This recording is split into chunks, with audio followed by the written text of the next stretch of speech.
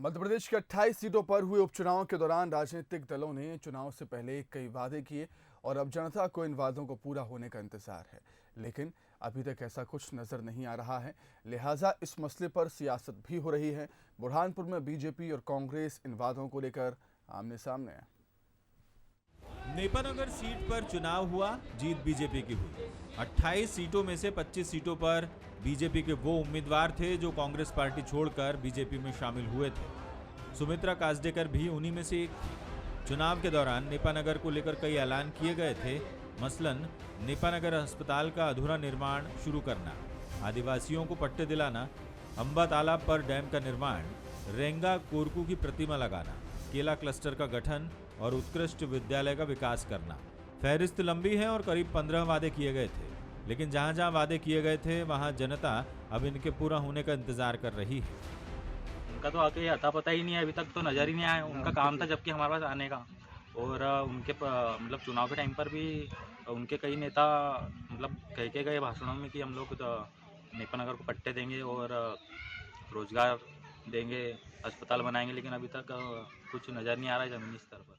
पट्टा बनाने के बोल रहे थे, तो अभी तक हमारी मांगे पूरी भी नहीं हुई।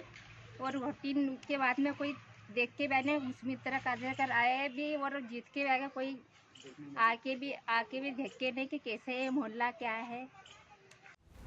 ग्रामीणों को इंतजार है वादे पूरे होने का, तो प्रशासनिक अधिकारियों का दावा है कि उपचुनाव के दौरान जो भी घोषणाएं की गई थी उनके टेंडर जल्द ही जारी किए जाएंगे। दूसरी तरफ बीजेपी और कांग्रेस इस मामले को लेकर आमने सामने है।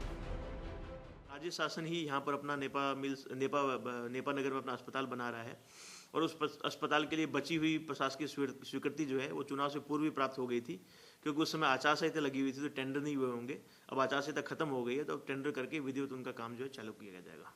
घोषणावीर तो कांग्रेस की कमलनाथ की सरकार थी, उन्होंने सिर्फ घोषणाएं की और किसी भी बात पर अमल नहीं किया।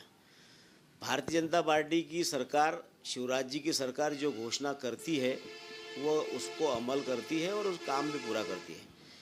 अस्पताल को लेकर बड़ी बड़ी घोषणाएं, बड़ी बड़ी बातें जो मुख्यमंत्री ने की, इनके मंत्रियों ने की, अभी तक कुछ भी वहाँ पर सुगबुगाहट देखने को नहीं मिली और आज जनता वहीं पर अपने पुरानी जगह पर खड़ी है। बहरहाल उपचुनाव खत्म हुए 15 दिन बीत चुके हैं। इतनी जल्दी वादों को पूरा करना फिलहाल संभव नहीं, मगर ये जरूर है कि इस बार जनता ने एक स्थायी सरकार बनाने की चाह में वोट किया है और तमाम सारे मुद्दे दरकिनार कर दिए गए। ऐसे में इन वादों को पूरा करना बीजेपी के सामने चुनौती है। गोपाल देवकर, बंसल न्यूज़, बुरहानपुर।